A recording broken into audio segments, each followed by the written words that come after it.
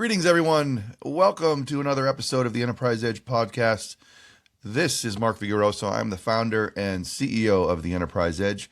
Happy to be with you once again. I am pleased to be joined today by Gary Hodsden. He is the head of IT digital products and projects at Weatherbys. Weatherbys Digital Solutions is actually, many of you here on the US side may not be familiar. They're a provider of cloud-based platforms that streamline and automate horse racing, breeding, and animal data management, improving efficiency, accuracy, and real-time decision-making across the global thoroughbred ecosystem. And Gary and team are based over in the UK, and that's where he is joining us from. We're going to have a lively discussion about a lot of different areas. It's going to feel like rapid fire. But before we do all that, let's give Gary a proper welcome. Gary, thanks for being with us today. Thank you, Mark. Yeah, pleasure to be here. Well, great. I'm glad to have you. And this is an interesting area, interesting set of use cases that perhaps are not top of mind when people are thinking about digital transformation. Horse racing, right? But it is very data intense. I'm interested in learning also a little bit today about the world you live in every day, Gary. So let's get started.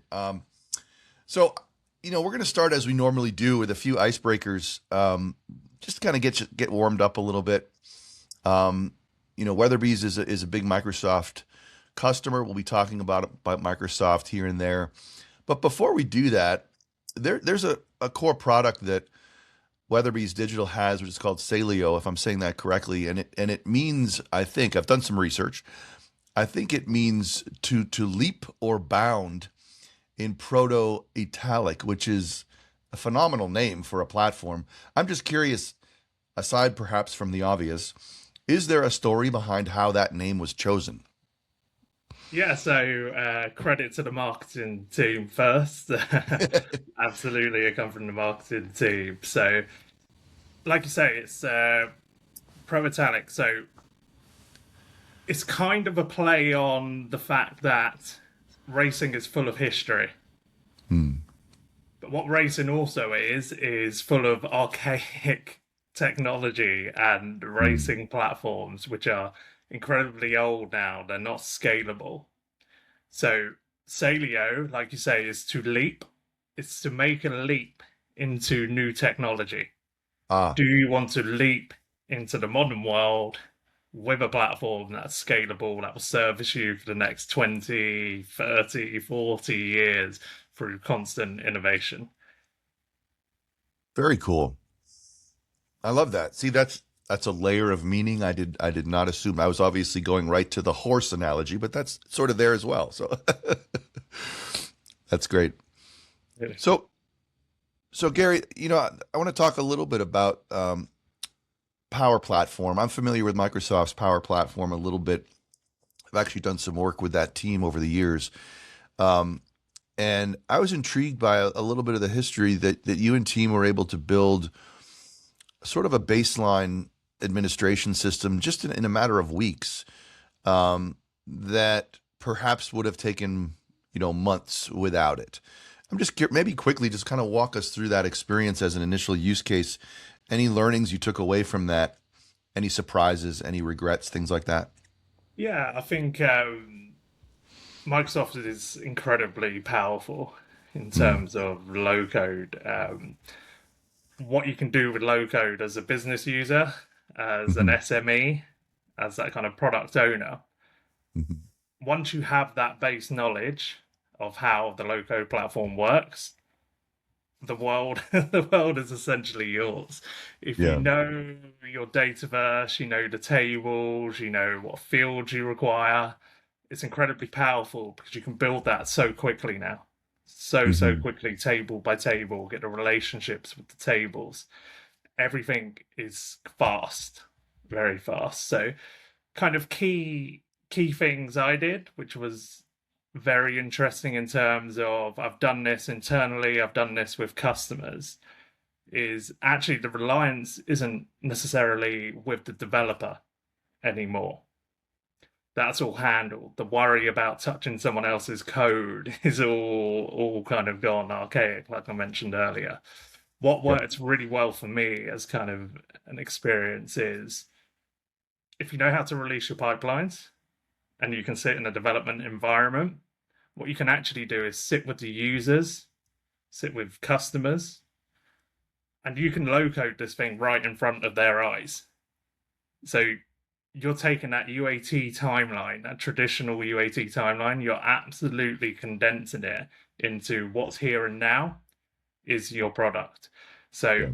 what worked really well for me 100% was actually just sitting with our customers and internal teams and build that product together. That's Cool. going to really help your timeline in build. That's very cool. Yeah, it's interesting as we move into some more questions here in the world of AI, and you guys are doing some very interesting things in terms of,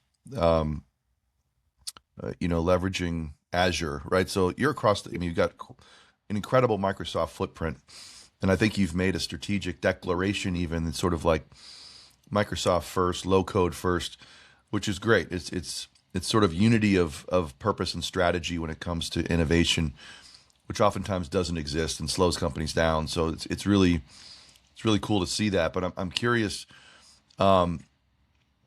You've got, I think you can tell me a little bit about this, but you're building your own LLM, I believe, leveraging OpenAI and Azure on top of what you've built, using low code tools with Power Platform to give customers, you could call it natural language or conversational access to sales and catalog data. I'm curious how, number one, maybe you can talk a little bit about that effort. Number two is, does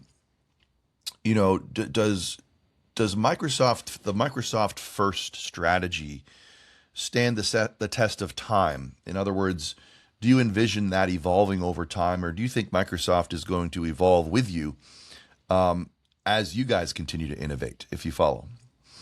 Yeah, absolutely. So we're using those large language models, like you say. Yep. The history of Weatherbys has been since 1770. Yep. So I'm very blessed in terms of database and what data I have, which is amazing when you step into the new AI world. Yeah. Like the possibilities you can do are endless, absolutely endless. So yeah, we're creating something in terms of one of our bloodstock product offerings. This is essentially to use AI to naturally talk to say, I have a broodmare. Who's the perfect stallion to breed that horse with? Who's going to produce me a Group 1 winner, a Grade 1 winner? We're all striving in the breeding world for the perfect racehorse. So having that access and backed up by the data we have to allow a customer to just talk naturally to find a good end result for them is a very, very powerful thing. In terms of moving forward with Microsoft, yeah, we're very much focused on low code as we can, but Microsoft is evolving, the product suite's evolving, the AI space is evolving always. So for me, I bring it back to the core of the business. What business problem or what business need or what customer need do I have? Mm-hmm. Then I go looking across the Microsoft ecosystem of, okay, here's all the AI technologies, here's all these products I can search from. What's going to be best to use for this particular scenario? So I always bring it back to the business. My focus is purely how can I resolve business with AI? So it's Got it. very much driven on that model, and we want to stay obviously in that Microsoft world. Yeah. And to help us, are your customers, are they owners, breeders, trainers, all of the above? Who would you consider to be your customers? Yeah, so the kind of key stakeholders are your owners, trainers, breeders. Yep. They're key for us. Hmm. Veterinary would be part of a customer for us. We Yep. have part of the Salio product itself has e-passport, which is a place to log all the vaccinations to create a digital footprint for the horse. Yep. Um, we we have international customers. So we have racing jurisdictions themselves, the actual governing body of the sport in each country. We have various different customers there. We work with Saudi Arabia, Yep. Emirates, Bahrain in the Middle Mm-hmm. East. Mm-hmm. We talk a lot with Germany and Europe as well. So we cover the whole of racing. We do pre-racing, race day, um, post-racing. We're linked to betting companies in the way providing of the data through the Salio platforms goes to betting companies. So we cover it all, the ecosystem of horse racing essentially. Got it. Well, you mentioned some of those countries. It kind of brings up my next question: Saudi Arabia, UAE, Bahrain, and I think if I've done my homework, some of those have been uh, cloud-based deployments of Salio. Some of them have been on-premise, based on regulations and whatnot, but largely leveraging Microsoft Power Platform and other components, and now layering in some of the other areas of OpenAI and Copilot and agents, all of that. I'm curious, how are you guys, not getting too terribly technical, but how do you guys maintain sort of a coherent AI strategy across all these various jurisdictions? And there's different data sovereignty rules, as you know, as far as data residency, especially when you start to get into the Middle East like you are. So I'm curious how you're navigating those requirements globally, and stay true to your overall AI strategy. And do you have to make any exceptions, I guess, if in order to serve the various regions where you have customers? Yeah, so for me, product strategy is absolutely key. Mm-hmm. I work to a kind of 90 to 10%. 90% is my product, and it Yep. will service all your needs, every business process you need to do, everything. If it's paying prize money out, we service the needs, the core needs of what a racing platform is. That's built with our experience of being administrators in the business for so long. Um, then it's a global language, horse racing. So, like I say, many of your customers will be in the United States. Well, it's the same sort of processes that they're doing there that we'll be doing in England, that we'll be doing in a Bahrain. That is a core kind of fit. Now, in terms of what changes and strategy, obviously, yes, data is key in the Middle East. It must stay in the region. That's fine. So the tendencies, etc., are built there. Everything is built within there, and we deploy Salio to those environments. Mm-hmm. An example, best kind of example I can give you is chatbots. Yep. So, in terms of the chatbots we've built, in every jurisdiction around the world, they'll have an administration team. That team will encounter the same phone call probably 10, 20 times a day about the same kind of repetition of when does my horse need to be vaccinated? Mm-hmm. So that's a business problem that we identified as part of the product evolution. That's happening everywhere. So to counter that problem, we use chatbots. So Mm-hmm. your stakeholders, your owners, your trainers, they will be on the platform. So what's nicer than in the corner of your screen while you're there, having your own AI assistant now that you can ask anything Yeah. without needing to reach the phone? That obviously benefits the customer, but it also benefits the admin team who can now spend their time on much greater things than answering the same question 10, 20 times, like I mentioned. But Yeah. what changes in terms of kind of the technology and the strategy?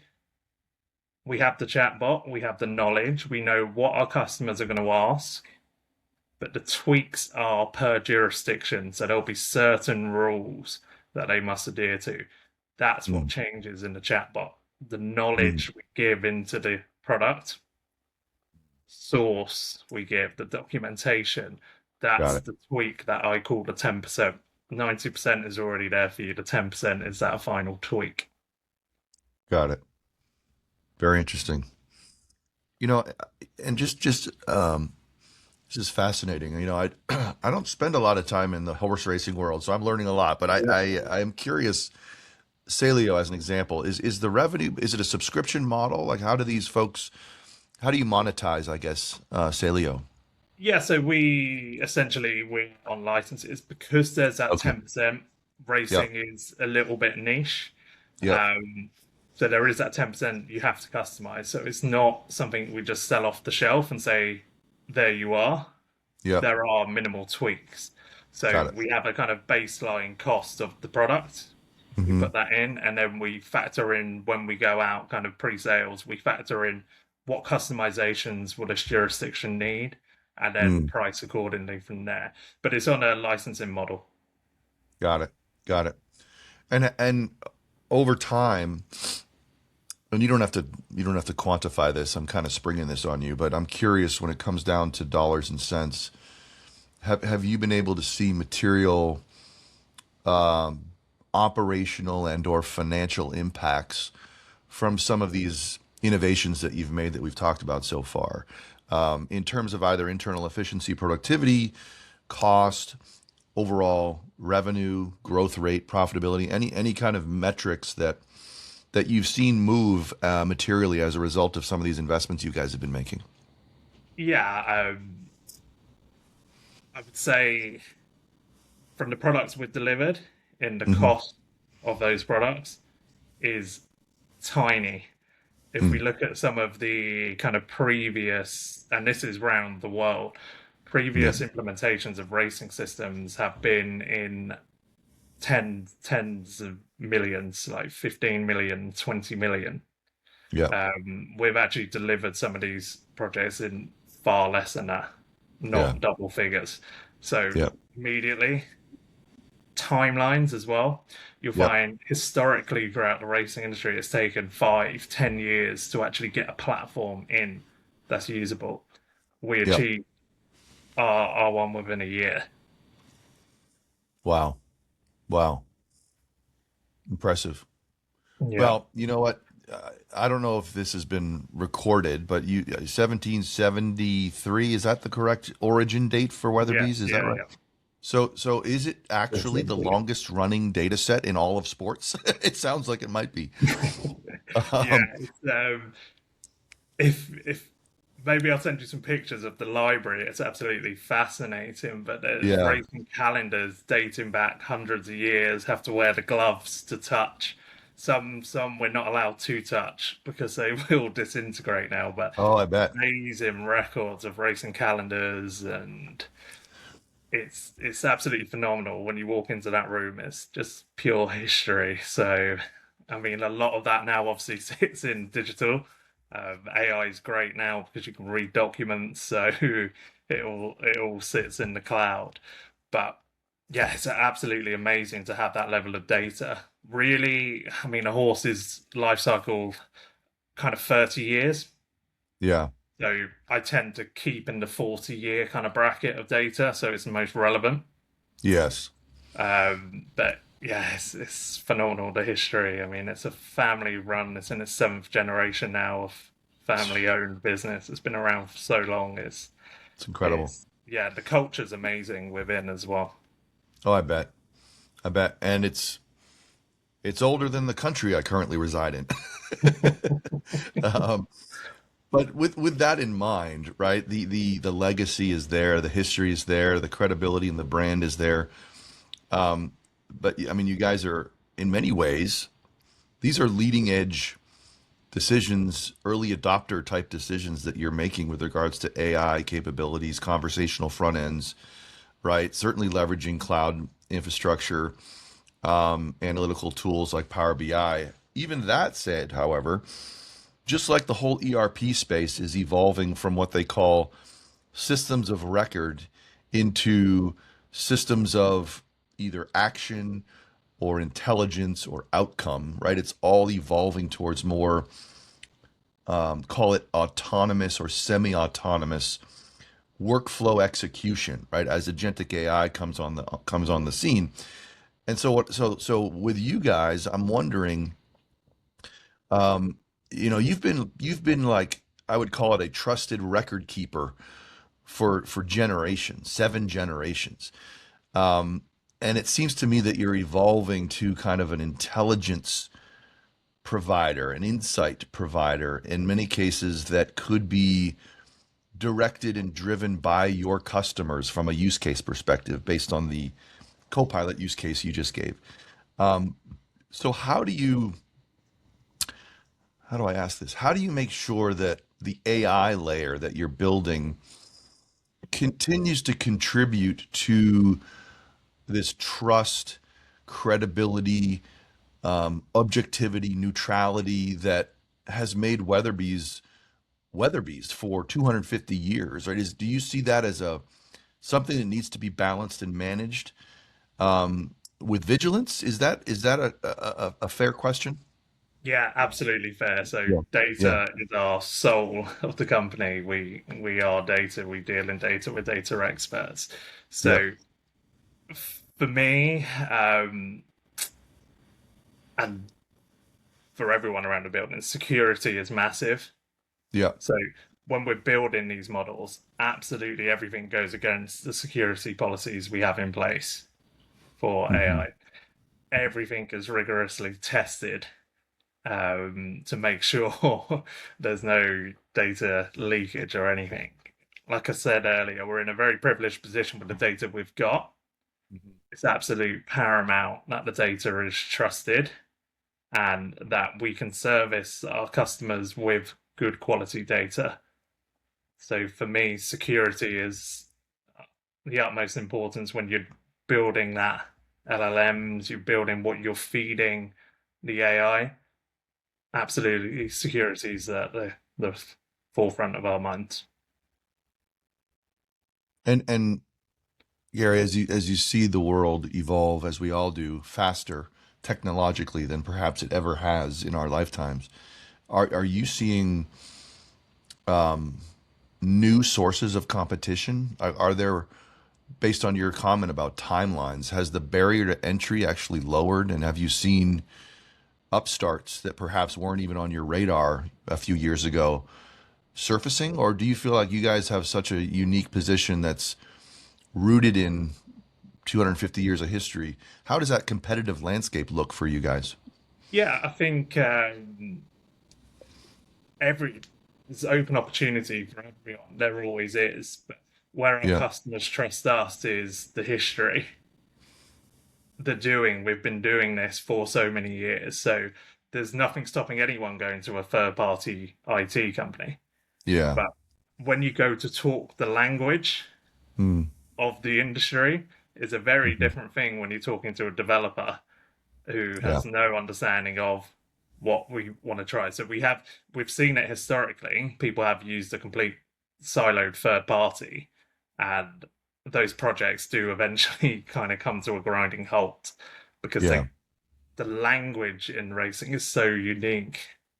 Yeah. The understanding of what's required to administer racing across pre-race, race day, post-race, the requirements from the customers for the data is a very, very niche understanding. It's something we absolutely excel in. Got it. Got it. Well, Gary, you've piqued my interest. Next time in the UK, I'm gonna stop by and have you take me to that library, I think. Yeah, do come along, yes.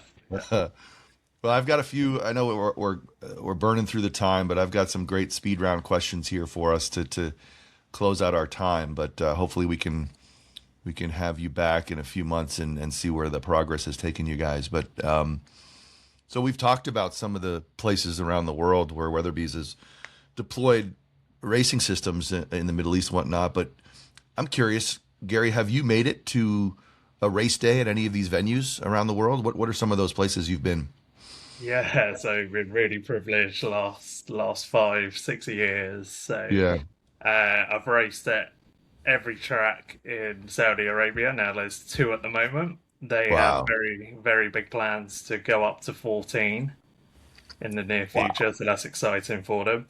Emirates, I've raced every racetrack in Emirates. Bahrain only has one racetrack, but I've Yeah. raced there. So part of our delivery of the product is actually as part of race day, as part of the Salio product. So we will always be there for those first few weeks of go live, always a special time, but we make Yeah. sure we're operating on the race course. So yeah, I've been there. It's taken me also to Qatar. Ah, I've been racing in Germany from it as well. So yeah, there's plenty more places to come. We work with China as well. Actually, that would be a dream of mine to go out there and race out ah, there. So that's a that's a bucket yeah, list for me I've for been to me as them. Yeah, well. and there's also been some special fixtures. I mean, the Dubai World Cup is a special fixture. Ah, Uh, you got the Saudi Cup again, very special, one of the richest horse races in the world. So I yeah, bet. the product stands against the Yeah. product stands against two of the richest races in the world, all run through the Stadio product. So it's amazing. I would imagine a fairly demanding customer base. um, No, that, we love them, and it's so interesting the different cultures and yeah. how it doesn't matter where you are in the world. The end goal is the end goal, and everyone Yeah. works together to achieve. So yeah, it's amazing working with them. I mean, there's a lot at stake, right? I mean, there's a lot at stake when it comes to the investments that horse owners make and fractional horse owners that they make, right? I mean, there's a Exactly. material investment and they want to see return, right? That's basically Yeah, a business proposition. Yeah. Yeah. exactly. Yeah, yeah. And I Yep. think yeah, we'll talk a bit more, but there's so much demand for data, quickness, quick Yep. registration. So yeah, absolutely, we want to make ownership and racing fun and enjoyable. That's the beauty of the sport. It shouldn't ever be a Yeah. chore to administer. Got it. Got it. Fascinating. So again, I've been sleuthing around and reading and learning a lot before we talk today, and keep me honest. I learned that there were only 9 developers in the world who knew Weatherby's old programming language, which I believe was called Unique, and you had 6 out of those 9. My question is, are these 6 folks still at Weatherby's, and have they evolved to something like an AI architect? Amazingly, there's Okay.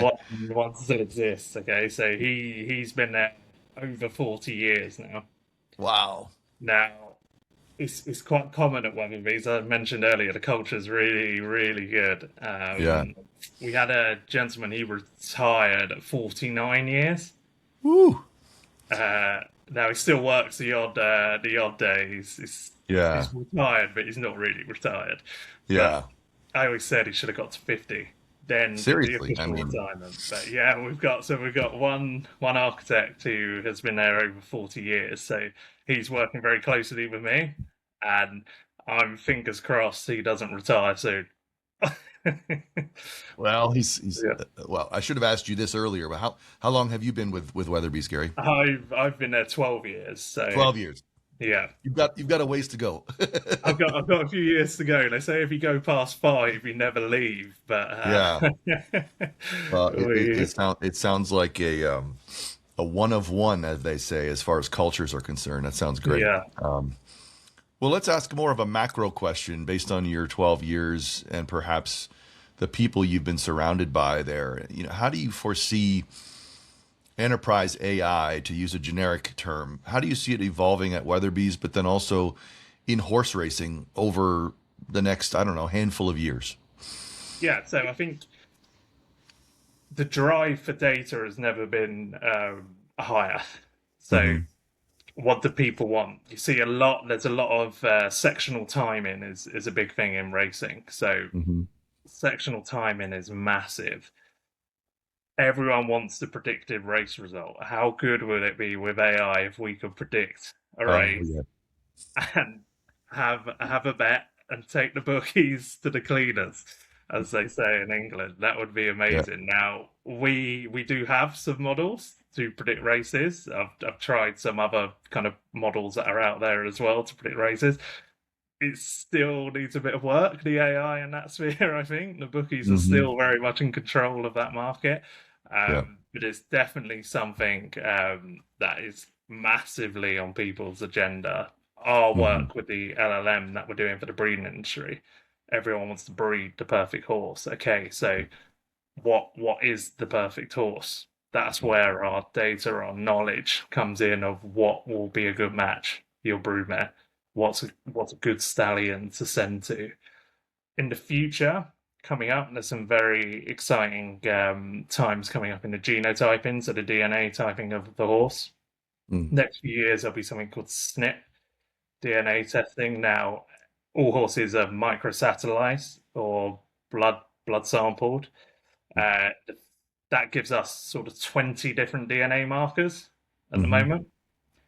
When it moves to SNP, there'll be over 80,000 Oh, DNA wow. markers that will come from a single test of a horse. So this, I don't want to dive too much in my product roadmap, but coming up, I can't wait for that day because you're coming Uh, from so it's many incredible. different angles of data, and it's going to tell us so much about the horse itself. And then, like you say, these large language models, etc., they're going to be Yeah. key in what breeds a good horse, what's good for Yeah. the welfare of the horse, what's a good match. So Oh, I can only imagine. I can only imagine, right? And the analytics to be able to correlate and, make maybe causal relationships between factors that were so microscopic that you couldn't even yeah, see before. I mean, it must be just incredible yeah, opportunity. Yeah. Incredible. Okay, so this one is a little more generic in terms of some of the call it transformational efforts that you've been a part of that involve deploying Microsoft tools and other technologies. In my business, I see a lot of I wouldn't say failed attempts, but hiccups along the way when it comes to deploying new technology and making the shift operationally.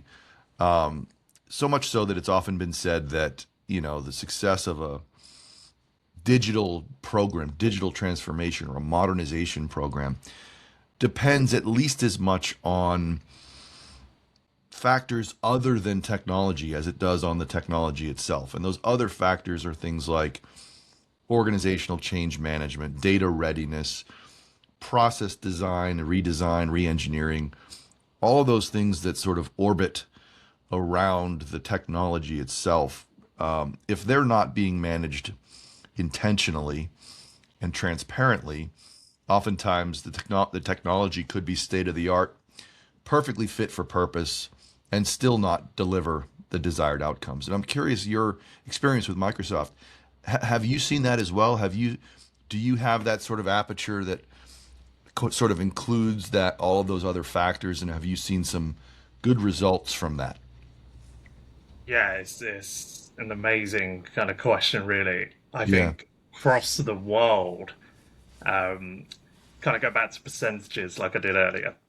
I think 70% of projects, etc., are people, Hmm. processes. 30% is technology. The Ah, Microsoft technology we use absolutely is amazing. That's not going to let you down at all. yeah, What lets anything down is the people, the process in any project. So my boss yeah. gave me some advice as I was kind of climbing the ranks at Weatherbys. Her advice was people will let you down. Now she said it in jest, but it's so very true Yes. um, to any project, anything around the world. You have to Yeah. have good teams around you. You need Yeah. people who can understand the solutions.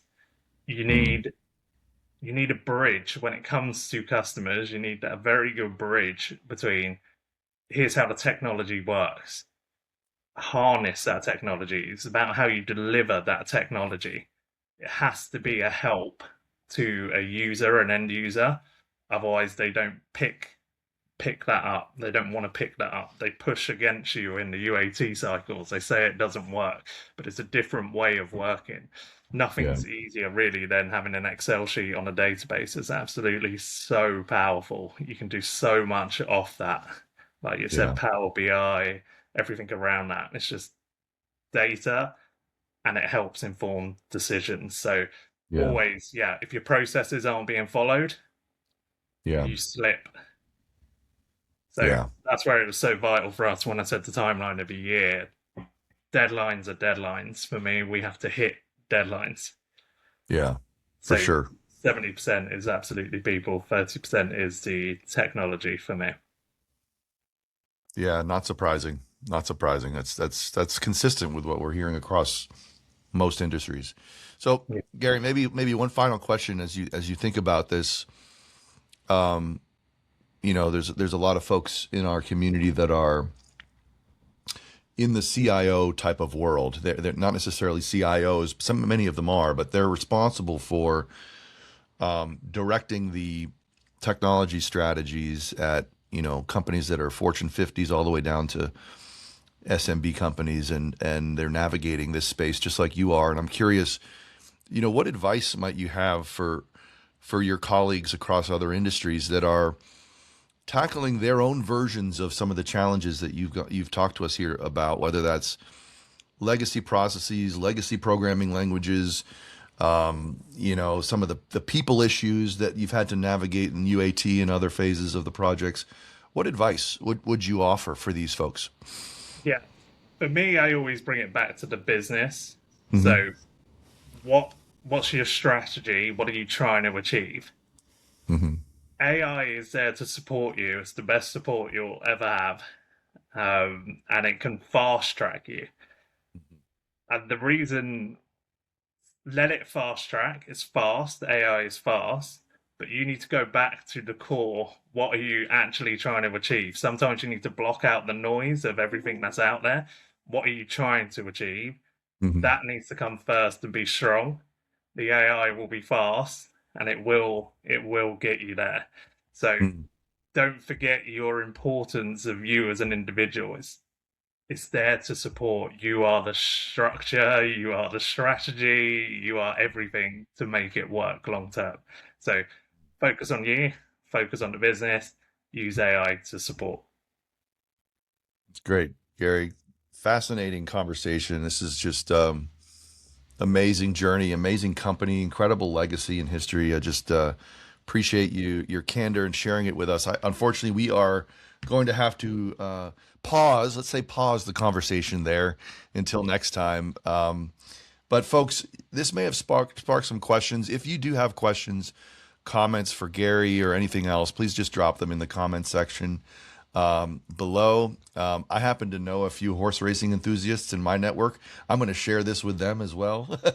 I'm sure they'll be fascinated. But thank you all for listening. Thank you for streaming another episode of the Enterprise Edge. We'll catch you next time on the next episode. Until then, take care of yourselves, and we'll talk soon. Thanks, everybody. Thank you all. Bye bye.